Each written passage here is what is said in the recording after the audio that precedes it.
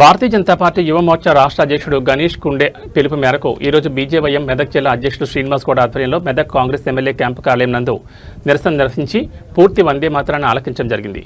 ఈ సందర్భంగా మెదక్ జిల్లా అధ్యక్షుడు శ్రీనివాస్ గౌడ్, బీజేపీ పట్టణ అధ్యక్షుడు నారాయణ ప్రసాద్ మాట్లాడుతూ 150 సంవత్సరాల పూర్తయిన సందర్భంగా వందే మాతర గీతాన్ని ఆలకించాల్సింది పోయి ఈ కాంగ్రెస్ నాయకులు సోనియా గాంధీ, రాహుల్ గాంధీ, మల్లికార్జున ఖర్గే వందే మాతరాన్ని అవహేళన చేస్తూ ఆలకించకపోవడం సిగ్గుచేటన్నారు. వాళ్ళు వెంటనే యావత్ భారత ప్రజలకు బహిరంగ క్షమాపణ చెప్పాలన్నారు.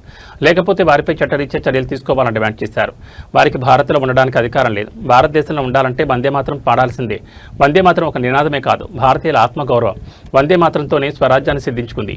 స్వాతంత్ర ఉద్యమంలో వందే మాతరం నినాదాన్ని ఎంతో మంది ఆదర్శంగా తీసుకుని ప్రజలు ఉద్యమాన్ని ముందుకు తీసుకెళ్లారు. అలాంటి వందే మాతరాన్ని కాంగ్రెస్ నాయకులు పాడడానికి చాలా ఇబ్బంది పడుతున్నారు. అలాంటి ఈ వందే మాతరాన్ని పాడని వాళ్ళు పాకిస్తాన్ మరియు ఇటలీకి వెళ్లిపోవచ్చని చెప్పారు. అనంతరం సామూహికంగా పూర్తి వందే మాతరాన్ని ఆలపించారు. ఈ కార్యక్రమంలో బీజేపీ పట్టణ అధ్యక్షుడు నారాయణ ప్రసాద్, జిల్లా general secretary Ranjith Reddy, BJYM నాయకులు, Medak town president Bablu, assembly convener Sai, Manoj, Saibaba Goud, Narsing, Ravi, Prithvi, Sunny, Jagadish, Vikram, Vishnuvardhan, Madhu, Sai, Mahender, Abhi, Nagaraju, Surender Goud, Vinay తదితరులు పాల్గొన్నారు. భారత ప్రధానమంత్రి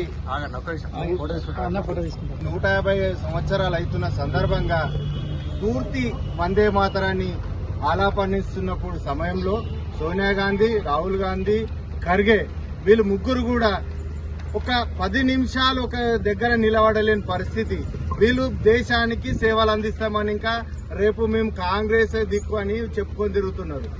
మన మోడీ భక్తితో వందే మాతరం 150 సంవత్సరాలు పూర్తి చేసుకున్న సందర్భంగా పార్లమెంట్ లో చట్టం తీసుకొచ్చి ప్రతి దగ్గర వందే మాతరం, పూర్తి వందే మాతరం చదవాలి, వినిపించాలని చెప్పి పెట్టడం జరిగింది.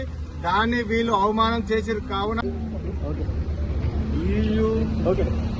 మొన్న ఆగస్టు 15 రోజు యావత్ భారతదేశం స్వాతంత్ర వేడుకలు జరుపుకుంటున్న సందర్భంగా వందే మాతర గేయాన్ని ఆలపించే సమయంలో ఈ యొక్క కాంగ్రెస్ అధిష్టానం, కాంగ్రెస్ నాయకులు మల్లికార్జున ఖార్గే, సోనియా గాంధీ, రాహుల్ గాంధీ వీరు వందే మాతరం పాడకుండా అవహేళన చేస్తూ ఈ దేశంలో ఉంటూ ఈ దేశం తిండి తిని ఈ దేశం గాలి పీల్చి పరదేశం పాట పాడే ఈ యొక్క రాహుల్ బాబా ఇటలీ మాతలకు ఒకటే ప్రశ్నిస్తా ఉంది బీజేవైఎం. ఈ రోజు వందే మాతరం పాడడానికి మీకు ఏమి ఇబ్బంది ఉందని చెప్పేసి అడుగుతా ఉన్నాము.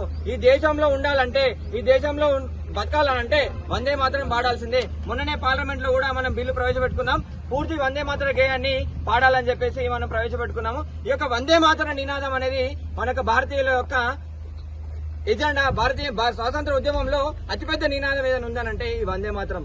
ఈ వందే మాతరంతో స్వరాజ్యాన్ని సిద్ధించుకున్నాము. అలాంటి వందే మాతరాన్ని అవహేళన చేయడానికి సిగ్గు లేదని చెప్పేసి ఈ సందర్భంగా ప్రశ్నిస్తాను. కాంగ్రెస్ నాయకులారా, మీకు ఈ దేశంలో బతకాలంటే వందే మాతరం పాడాలి, వందే మాతరాన్ని ఆస్వాదించాలని చెప్పేసి ఈ సందర్భంగా హెచ్చరిస్తున్నాం.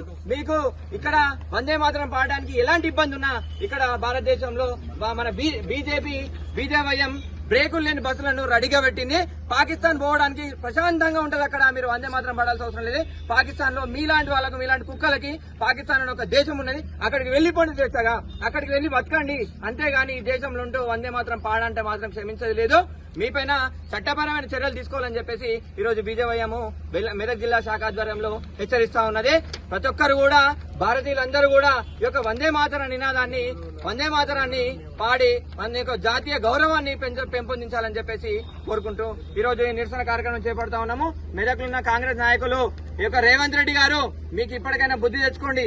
మీ పాలకులు, మీ అధిష్టానం ఏ విధంగా ఉన్నదో ఈ యొక్క దేశంలో ఉంటూ మన దేశాన్ని పొగిడితే వీళ్ళకు సిగ్గుచరం లేకుండా పరదేశాన్ని పొగుడుతా ఉన్నారు. వీళ్ళందరికీ బస్సులు ఏర్పాటు చేయండి, బ్రేకులు లేని బస్సులు ఏర్పాటు చేయండి. ఎందుకంటే బ్రేకులు ఉంటే ఎక్కడొక్కడ ఆగుతారు. బ్రేకులు లేని బస్సులు ఏర్పాటు చేయండి. పాకిస్తాన్కి స్వేచ్ఛగా వెళ్ళిపోతారు. ఇటలీ మాత్రం నీకు ఇక్కడ బతకడానికి లేదు, నువ్వు ఇటలీకి వెళ్ళిపోవచ్చు అంటే ఖబర్దార్.